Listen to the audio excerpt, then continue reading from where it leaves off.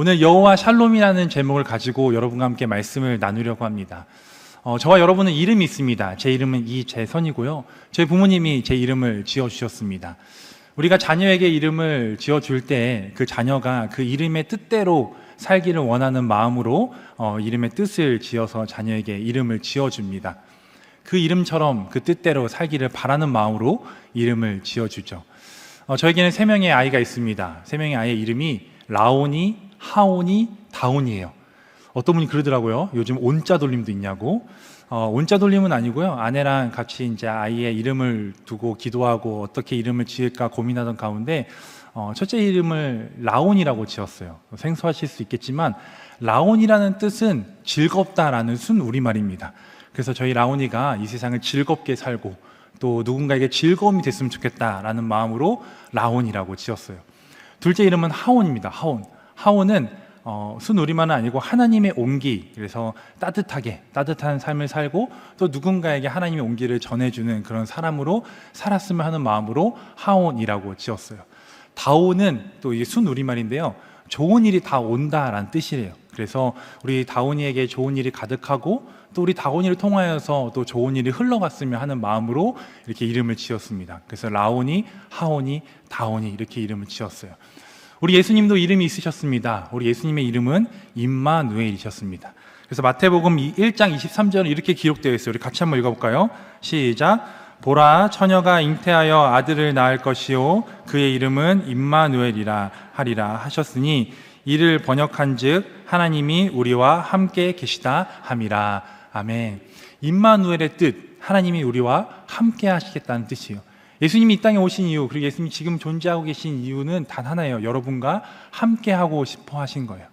구약 성경을 보면 여호와 하나님의 이름을 나열하고 있습니다. 많은 곳에서 우리 하나님의 이름이 기록되어 있어요. 그 중에 대표적인 5개의 이름이 있습니다. 여러분도 많이 들어보셨을 거예요. 여호와 이레, 준비하시는 하나님, 여호와 니시, 승리케 하시는 하나님, 여호와 라파, 치료하시는 하나님, 여호와 샬롬, 평안을 주시는 하나님, 그리고 여호와 삼마, 어디에서든지 우리와 항상 함께 하시는 하나님. 우리가 이렇게 하나님의 이름을 볼 수 있습니다. 오늘 여호와 샬롬, 기드온에게 임한 여호와 샬롬, 그 평안을 우리 여러분과 함께 나누려고 합니다. 우리 주위 분들과 다시 한번 인사했으면 좋겠어요. 우리 샬롬 한번 인사해볼까요? 샬롬. 네, 샬롬. 이 샬롬이란 인사 교회에서 많이 하죠. 이 시대별로 인사는 그 내용이 달랐다고 합니다. 그 외적의 침략이 있었을 때는 그 전날 밤에 평안하셨습니까? 라고 이렇게 인사를 했다고 합니다. 그리고 배고픈 시절, 6.25나 또 일제 침략이 있었을 때는 식사하셨어요? 밥은 드셨습니까? 라고 인사했다고 합니다. 이 샬롬이라는 인사는 매우 예전부터 이스라엘 백성들이 서로 인사할 때 했던 샬롬이에요. 그 식민지 가운데 다른 이방 나라들의 그 통치 아래 있었을 때 하나님의 샬롬, 하나님의 평안을 바라는 마음으로 서로 샬롬, 샬롬하고 인사했다고 합니다. 이 평안이라는 뜻을 갖고 있는 히브리어가 2개가 있다고 합니다. 팍스가 있고 샬롬이 있어요. 같은 뜻이에요. 평안이라는 뜻인데요. 팍스는 혹시 그 로마 팍스라고, 팍스 로마라고 들어보셨습니까? 이 팍스는 무언가를 쟁취했을 때, 무언가를 얻었을 때, 무언가를 가졌을 때 오는 평안을 팍스라고 합니다. 그래서 무언가에 피를 흘리거나 무언가 정복했을 때 오는 그 평안을 팍스라고 얘기해요. 그런데 이 샬롬은 하나님으로부터 오는 샬롬이에요. 하나님으로부터 뭔가 우리가 열심히 노력해서 무언가 쟁취해서 무언가 피를 흘리고 정복해서 얻어내는 평안이 아니고 하나님께서 주시는 샬롬이라는 거예요. 우리는 샬롬을 소망했으면 좋겠습니다. 무언가를 쟁취하고 무언가 노력해서 얻는 그런 팍스 샬롬이 아닌 하나님으로부터 오는 샬롬을 원하고 샬롬을 소망하는 여러분이 되길 소망합니다. 그런데 이렇게 샬롬을 소망해야 돼요 라고 얘기하고 있는 저도요, 때로는 팍스를 소망하고 있어요. 무언가 많이 얻고 싶고요, 뭔가 많이 갖고 싶고요, 높아지고 싶고요, 인정받고 싶은 그 마음이 있습니다. 그러나 우리가 정말 추구해야 되는 것은 바로 샬롬이에요. 샬롬을 붙들기 소망합니다. 제가 아내와 함께 이 평안에 대해서 이런저런 얘기를 나누다가요, 제가 아내한테 이런 질문을 한 적이 있어요. 아내는 언제 그 평안함을 경험했어? 이렇게 물어본 적이 있어요. 근데 저희 아내가 저랑 연애했던 그 시절을 얘기하더라고요. 제가 아내를 처음 만나고 이제 그 아내에게 이제 만나자고 이제 교제를 하자고 고백할 때 이렇게 고백했어요. 저는 결혼을 전제하고 만나고 싶습니다. 엄청 부담을 줬죠. 연애 시작하기도 전에 고백할 때 결혼을 전제하에 만나고 싶습니다라고 고백을 하고 이제 만남을 시작했어요. 그리고 어느 순간 이제 결혼을 준비할 때가 됐어요. 결혼하고 싶은 마음이 있어요. 너무나 아내랑 결혼하고 싶은 마음이 있었고, 이 결혼 얘기를 할 때 제가 아내한테 그런 얘기를 했어요. 그때는 아내가 아니었죠. 다운 씨, 그때 이름을 불렀는데요. 다운 씨, 우리가 결혼을 하면 제가 돈을 많이 벌어서 이렇게 기쁨을 줄 수는 없지만 돈으로 살 수 없는 하나님의 은혜를 경험하며 살 거예요 라고 이렇게 얘기했어요. 그러면 아내는 불안해 하는 게 정상이죠. 과연 이 남자랑 결혼할까 말까 이렇게 계산을 해야 되는데, 아내가 그때 평안을 경험했다고 합니다. 불안함이 온 것이 아니고 평안을 경험했다고요. 그리고 결혼했습니다. 그리고 지금까지 살면서 저희는 돈으로 줄 수 없는, 돈으로 말할 수 없는 수많은 은혜를 경험했어요. 최근에 이사를 준비하면서도요, 사람이 할 수 없는 그런 일들을 하나님께서 하나하나 해주시는 것을 경험하며 살고 있습니다. 세상의 것을 붙들고 사는 것이 아니라 하나님을 붙들고 나가는 여러분 되길 소망합니다. 성공을 붙들고 사는 것이 아니라 성경을 붙들고 사십시오. 돈을 따르는 사람이 아니라 예수를 따르는 사람이 되십시오. 팍스를 붙잡기 위해서 노력하는 사람이 아니라 샬롬을 붙잡고 나아가는 여러분 되길 소망합니다. 한때 인터넷에서 이런 글들이 올라왔어요. 제가 그대로 읽어드릴게요. 돈으로 사람을 살 수 있으나 사람의 마음은 살 수 없다. 돈으로 호화로운 집은 살 수 있어도 행복한 가정은 살 수 없다. 돈으로 약은 살 수 있어도 건강은 살 수 없다. 돈으로 종교는 살 수 있으나 구원은 살 수 없다. 돈으로 편안한 삶을 누릴 수 있으나 평안의 삶을 누릴 수는 없다. 사랑하는 성도 여러분, 하나님께서 주신 것들, 하나님께서 주신 평안은 세상에서 줄 수 없는 그런 평안입니다. 그런 평안을 붙들고 살아가는 여러분 되길 소망합니다. 평안을 놓고 기도할 때요, 우리가 세상의 것들 붙드는 것이 아니라 하나님의 마음을 붙들고 나아가야 돼요. 그리고 이 평안, 이 샬롬과 팍스의 큰 또 차이점이 있는데요, 팍스는 우리가 무언가 찾아가야 돼요. 무언가 우리가 노력해야 되고 그것을 찾아가서 그것을 쟁취해야 돼요. 근데 샬롬은 찾아오시는 거예요. 하나님께서 우리에게 찾아오시는 샬롬입니다. 여러분, 그 계시 종교와 자연 종교라고 혹시 들어보셨습니까? 계시 종교와 자연 종교? 자연 종교는요, 사람이 만든 거예요. 뭔가 우상을 만들어 놓고 거기 찾아가서 우상에게 절하고 우상에게 기도드리는 거예요. 그런데 우리가 믿는 계시 종교는요, 유일하신 하나님께서 인간의 몸으로 이 땅에 오셔서 우리에게 찾아오신 거예요. 하나님의 샬롬은 우리를 찾아오시는 샬롬입니다. 하나님께서 인간의 몸으로 예수님께서 이 땅에 오셨을 때 사람들을 찾아가셨어요.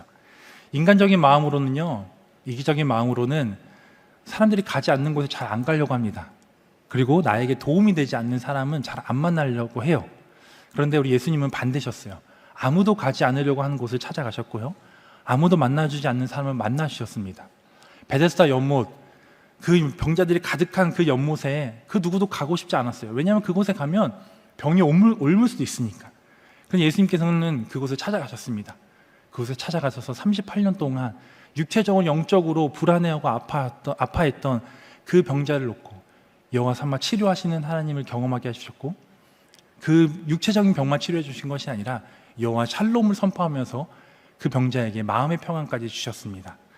예수님께서는 예루살렘에 그냥 가시셔도 됐어요. 근데 굳이 사마리아를 거쳐서 가셨어요. 사마리아 우물가에서 그 누구도 만나주지 않는 그 사마리아 여인을 만나서 그 남편에게 상처를 받고 아픔을 갖고 있던 그 사마리아 여인에게 평안을 주셨습니다. 무엇보다 하나님과 동등됨을 취하시고 하늘에 계셔도 되신 그 예수님께서 굳이 이 땅에 오셔서 피조물로 오셔서 이 땅에 인간의 몸으로 오셔서 우리에게 찾아오셨다는 거예요. 이것이 바로 진정한 샬롬이라는 것입니다. 오늘 우리가 한 구절만 읽었는데요, 6장을 보면 기드온, 그 기드온에게도 하나님이 찾아가셨어요. 6장의 배경을 잠깐 보면요, 이스라엘 백성들이 그 미디안 나라라는 곳에 7년 동안 식민지 생활을 하고 있는 거예요. 항상 불안에 쌓여 있었습니다. 그래서 말씀에 보면은 그 기드온이 그 밀을 그 포도주에 타작했다라고 얘기해요. 포도주 틀에 타작했다고 얘기해요. 제가 농사는 안 지어봤는데요, 밀을 타작하기 위해서는 이게 넓은 곳에서 타작을 해야 돼요. 그런데 이 포도주 틀 아주 작은 곳에 타작했다는 것은 뭔가 불안한 거예요. 이 미디안 백성들이, 이스라엘 백성이 뭔가 수확을 하면 다 뺏어갔거든요. 다 착취갔거든요. 그래서 이렇게 숨어서 이렇게 밀을 타작하고 있었어요. 그때 여호와 하나님께서 기드온을 찾아가십니다. 찾아가세요. 그때 찾아갔는데 기드온이 뭐라고 얘기하냐면요, 13절에 나중에 한번 집에 가서 보세요. 13절에 불평합니다. 하나님이 우리 이스라엘 백성을 사랑하면 어떻게 이렇게 힘든 시간을 갖게 됩니까? 여호와 하나님, 우리를 정말 사랑하십니까? 이렇게 막 불평해요. 그때 하나님께서 이렇게 얘기하세요. 내가 너를 통하여서 이스라엘 백성들을 구원하겠다. 그러면 아멘이라고 해야 되잖아요. 근데 기드온이 그때 그렇게 얘기해요. 못 믿겠다고 하면서요, 표징을 보여달라고 해요. 뭔가 보여달라고 해요. 참 저 같죠? 네, 뭔가 믿기 위해서 눈에 보이는 것을 보여달라고 하는 거예요. 그때 하나님은 기드온을 책망하지 않으시고 그 표징을 보여주세요. 그러면서 그때 기드온이 깨닫고 회개하면서 불안해합니다. 왜 불안해하냐면요, 그때 여호와의 사자와 대면하면 죽는다는 그런 일이 있었나 봐요. 그래서 이제 나는 죽겠구나, 여호와의 사자를 만나서 이제 나는 곧 죽겠구나 라는 그런 불안감이 있었는데, 그때 너는 죽지 않는다라고 말씀해 주시고 그 평안을 누린 그 기드온이 제단을 쌓고 여호와 샬롬이라고 고백합니다. 기드온의 여호와 샬롬은 그냥 나온 것이 아니에요. 하나님이 그 기드온을 찾아오셨고 문을 두드리셨고, 그리고 그 문을 열고 기드온이 예수님 받아들였을 때 그 평안을 누렸던 거예요. 그런데 저는요, 예수님이 늘 찾아와서 샬롬 샬롬 하는데 그 팍스를 따라가서 그것을 못 들을 때가 있어요. 계속 와서 문을 두드리면서 샬롬 샬롬 하고 저를 초대하는데, 저는 그 세상의 팍스에 쫓아가서 그것을 못 듣고 있는 제 자신을 보게 됩니다. 문전박대하는 우리를 보게 돼요. 요한계시록 3장 20절, 너무나도 잘 아는 말씀인데요, 이 말씀 구절 우리 같이 한번 읽어볼게요. 시작. 누구든지 내 음성을 듣고 문을 열면 내가 그에게로 들어가 그와 더불어 먹고 그는 나와 더불어 먹으리라. 아멘. 예수님께서 우리에게 계속 문을 두드리십니다. 매너 있게 문을 두드리셔서 우리를 계속 샬롬 샬롬 부르십니다. 그 부르심에 응답한 여러분 되길 소망합니다. 세상에서 그 세상의 팍스, 평안을 찾기 위해서 정신없이 뛰어다니는 것이 아니라 샬롬 샬롬, 여러분의 문을 두드릴 때 문전박대하지 않고 그 문을 열어서 예수님 여러분을 인격적으로 만남 가운데 세상에서 얻을 수 없는 그 샬롬을 경험하는 여러분이 되길 소망합니다. 제가 신약 성경을 보면서 이렇게 매너 있게 이렇게 문을 두드리고 이렇게 우리의 응답을 기다리시는 그 예수님의 평안과 완전 정반대인 평안을 경험했던 제자들을 보게 됐어요. 예수님께서 이제 십자가에 달려 돌아가시고 부활하셨습니다. 근데 제자들이 이제 예수님처럼 십자가에 달려 돌아갈까봐 두려워서 어떻게 해요? 어느 방에 들어가서 문을 다 닫아요. 창문도 다 닫아요. 아무도 들어오지 못하게 다 닫습니다. 그때 예수님께서 어떻게 하셨나요? 요한복음 20장 19절 이렇게 기록하고 있어요. 이날 곧 안식 후 첫날 저녁 때에 제자들이 유대인들을 두려워하여 모인 곳에 문을 닫았더니 예수께서 오사 가운데 서서 이르시되 너에게 평강이 있을지어다 라고 얘기해요.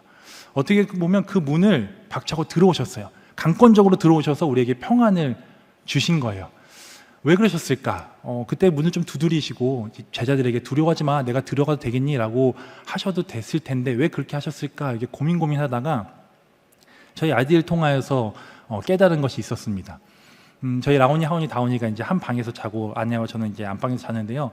아이들이 가끔 이제 무서운 꿈을 꾸면은 이제 웁니다. 막 새벽에 막 울어요. 그러면서 이제 저희를 부르죠. 희한하게 새벽에 깨서 울 때는 저를 부릅니다. 아빠라고 불러요. 정확히 아빠. 그래서 제가 너무 피곤해서 한번 그때 이제 아빠가 들리잖아요. 특히 우리 셋째가 다운이가 저를 부르는데요. 제가 그 멀리서 한번 물어본 적이 있어요. 다운아, 아빠야, 엄마야 이렇게 물어본 적이 있어요. 정확하게 아빠라고 하더라고요. 그래서 제가 가요. 비몽사몽으로 그 방으로 갑니다. 근데 그 방에서 이제 아이가 막 울고 있어요. 아빠라고 막 울고 있어요. 근데 그 문이 닫혀 있잖아요. 그럼 제가 그 자리에서 문을 두드릴까요? 노크할까요? 다운아, 무섭지? 두렵지? 내가 들어가도 되겠니? 그리고 문을 두드리지 않습니다. 그냥 문을 박차고 들어가요.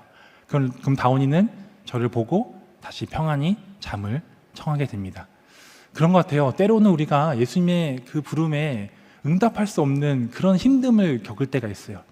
아빠라고 얘기할 수 없을 정도로 신음만 낼 때가 있어요. 너무나 힘들어서, 너무나 아파서, 너무나 어려워서 그 아빠라는 대답조차 할 수 없을 때가 있어요. 그때 제자들에게 임했던 그 강권적인 평안이 여러분에게 임하길 소망합니다. 그렇게 기도했으면 좋겠어요. 너무나 힘들어서 아빠라고 부를 수 없는 그 가운데 주님, 저에게 제자들에게 임했던 것처럼 그 강권적인 그 문을 부수고 들어오셔서 제 삶에 그 닫혀있던 그 문, 굳게 닫은 그 문, 제가 그 문 열기 힘조차 없기에 주님 그 문을 박차고 제 삶에 오셔서 샬롬을 외쳐주세요 라고 기도하며 나아가는 여러분 되길 소망합니다.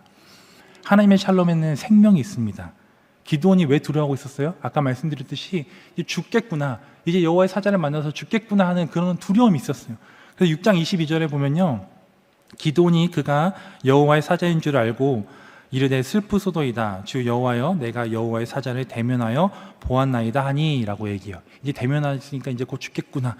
근데 그때 이렇게 말씀하십니다. 23절에 여호와께서 그에게 이르시되 너는 안심하라, 두려워하지 말라, 죽지 아니하리라 하시니라 라고 얘기해요. 넌 죽지 않을 거야. 끝났을 거라고 생각했지만 너는 죽지 않을 거야. 여호와 샬롬이 임한 겁니다. 두려워하지 않길 소망합니다. 책 제목 중에 나의 끝 예수의 시작이라는 것이 있어요. 우리가 생각했을 때는 이제 끝났다라고 생각할 때가 있어요. 나는 끝났다. 근데 그때 하나님께서는 이제 시작이다라고 얘기해요. 마침표를 찍은 그곳에 쉼표를 주십니다. 사랑하는 성도 여러분, 두려워하지 않길 소망합니다. 세상에서 얻는 그 팍스, 그 평안을 얻도록 노력하는 것이 아니라 그 세상에서 얻는 그 평안은요, 언젠간 놓게 돼요. 그리고 두려워요. 왜냐하면요, 누군가 뺏어갈까 봐. 우리가 하나님의 샬롬을 붙드는 여러분 되기 소망합니다. 영어 단어에서요, 그 붙잡다라는 단어가 그 팍스랑 샬롬이랑 비슷한 건데요, 그 붙잡다라는 그 뜻이 캐치랑 홀드가 있어요. 캐치도 잡다고 홀드도 붙잡다예요. 근데 여러분 캐치볼 해보셨어요? 캐치볼? 캐치볼은 잡은 것을 언젠가 내려놓고 다시 던지는 거예요. 세상의 것을 캐치하면은 그것을 다 내려놓게 돼 있어요. 언젠가 다 버리게 돼 있어요. 누군가가 빼앗게 돼 있어요. 우리가 정말 붙잡아야 될 것, 우리가 정말 홀드해야 될 것은 바로 하나님의 복음입니다.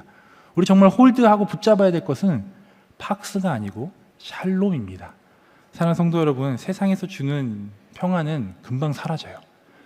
여러분이 사라지지 않는 그 샬롬을 붙들고 나아가는 여러분 되기 소망합니다. 이 샬롬이라는 단어가 쉴람이라는 그 값을 지불하다라는 단어에서 나온 거라고 합니다. 값을 지불하다. 저 여러분이 정말 바라는 샬롬은, 우리가 정말 소망해야 할 샬롬은 바로 예수 그리스도라는 거예요. 이사야 9장 6절, 이사야 선지자는 이렇게 말하고 있습니다. 곧 오실 예수님에 대해서 이렇게 소개하고 있어요. 이는 한 아이가 우리에게 낳고 한 아들이 우리에게 주신 바 되었는데 그의 어깨는 정사를 베었고 그의 이름은 기묘자라, 모사라, 전능하신 하나님이라, 영존하시는 아버지라. 뭐라고 얘기해요? 평강의 왕이라 할 것임이라 라고 예언해요. 그리고 예수님께서 이 땅에 오셨어요. 그리고 예수님께서 어떻게 선포하시나요? 요한복음 14장 27절, 이건 같이 한번 읽을게요. 시작.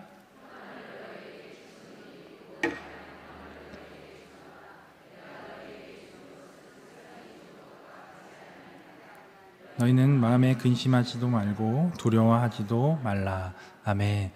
여기서 보시면 세상에서 주는 것 같지 않다. 세상에서 주는 평안, 그 팍스가 아니고 하나님께서 주신 평안은 세상에서 주는 평안과 전혀 다른 평안이라는 거예요. 사랑하는 성도 여러분, 다른 것을 붙잡지 말고 그 샬롬을 붙드는 여러분 되기 소망합니다. 하나님과 함께 있으면요, 두렵지 않아요. 불안해하지 않아요. 제가 말씀을 마무리하면서 사진 한 장이 떠올랐어요. 이 사진의 제목은 돕는 손이라는 제목이에요. 돕는 손. 프랑스 화가 에밀 라누라는 화가가 이 그림을 그렸는데요. 갑자기 말씀 마무리하면서 이게 예전에 한번 봤던 사진인데 제목이 딱 떠올라서 이제 구글에 돕는 손 치니까 딱 나오더라고요. 이 사진을 잘 보면요, 소녀와 할아버지가 이제 배에 있잖아요. 만약에 이 사진 가운데 할아버지가 없다면, 이 물 위에, 배 위에 소녀 혼자 있다면 얼마나 두려울까요? 얼마나 무서울까요? 그리고 얼마나 위험할까요? 할아버지가 계시니까, 옆에 있으니까 이 소녀가 표정을 좀 웃게 했었으면 더 좋았을 것 같아요. 약간 좀 이렇게 벙쪄 있지만 그래도 뭔가 안심하죠. 그리고 여기서 왜 돕는 손이냐면요, 이 소녀는 그냥 그 노에 손을 얹어놓고만 있어요. 그리고 이 할아버지가 노를 저어주세요. 소녀는 그 배에 탔고 손을 그냥 얹고 있고 할아버지가 그 돕는 손으로 인도해 주시는 거예요. 제가 이 사진을 보면서 하나님이 생각났어요. 우리도 이렇게 살아야 돼요. 내 힘으로 노를 저으려도 힘이 없어요. 방향을 몰라요. 우리는 그 하나님의 그 돕는 손을 붙들고 나가길 소망합니다. 늘 하나님, 제가 서두에 얘기했듯이 임마누엘, 우리가 늘 함께 하십니다. 마태복음 1장에 임마누엘 그 예수님의 이름이 나왔고 내가 너 항상 함께 한다고 얘기하셨죠. 마태복음 마지막 장 28장에 보면은 내가 세상 끝날 때까지 너와 함께 하겠다라고 말씀하세요. 예수님의 시작은 우리와 함께하고 예수님의 끝도 우리와 함께 하시는 것입니다. 함께 하시는 하나님을, 예수님을 붙드는 여러분이 되길 소망합니다. 여호와 샬롬, 세상에서 주는 그런 평안이 아닌 하나님으로부터 오는 그 샬롬을 누리며 나아가길 소망합니다. 이 시간 같이 찬양할 텐데요, 샬롬이라는 찬양이에요. 샬롬. 제가 수요 설교를 이제 오늘 한다는 것을 한 2달 전에 알았어요. 2달 전에 이제 오늘 이제 새 수요 설교를 한다는 것을 알았는데 어떤 말씀으로 준비할까 이렇게 고민했는데요. 말씀이 먼저 떠오르기보다 이 찬양이 먼저 떠올랐어요. 그래서 제가 집에서 계속 샬롬 샬롬 찬양을 불렀어요. 아내가 도대체 왜 이렇게 샬롬을 부르냐고 얘기했는데 참 특별하게 이번에 하나님께서 찬양으로 이 말씀을 준비하게 하셨어요. 여러분에게 샬롬을 선포하고 싶은 마음이 있었던 것 같아요. 하나님도 동일한 마음이었던 것 같습니다. 이 샬롬이라는 찬양 잘 모르실 수도 있겠지만 하나님께서 계속 샬롬 샬롬 여러분을 초대하십니다. 그러고 나서 이 가사를 잘 보시면요, 1절에 내니 두려워하지 말라, 나의 아들 나의 딸아 안심하라 라고 얘기해요. 이 찬양의 가사를 잘 기억하면서 우리가 그 샬롬이 여러분 마음 가운데 가득 차길 소망합니다. 우리 함께 샬롬 찬양하겠습니다.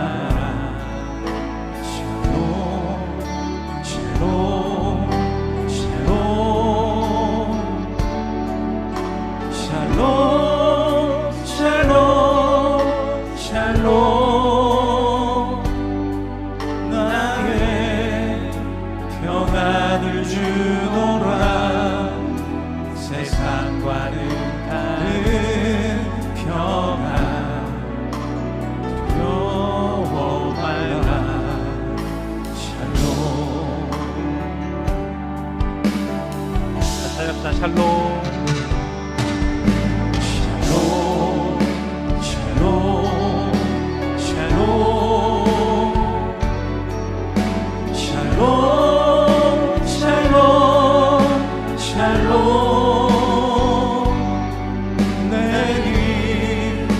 두려워 말아라 나의 사랑 나의 이스라엘 안심하라 샬롬 샬롬 샬롬 샬롬 샬롬 샬롬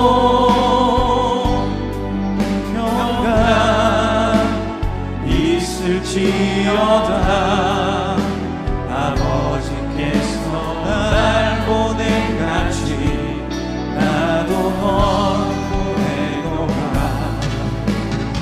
우리 1절 한번 더 찬양합시다. 샬롬 샬롬 샬롬 샬롬 샬롬 샬롬 샬롬 내니 두려워 말아라 나의 아들 나의 딸아 안심하라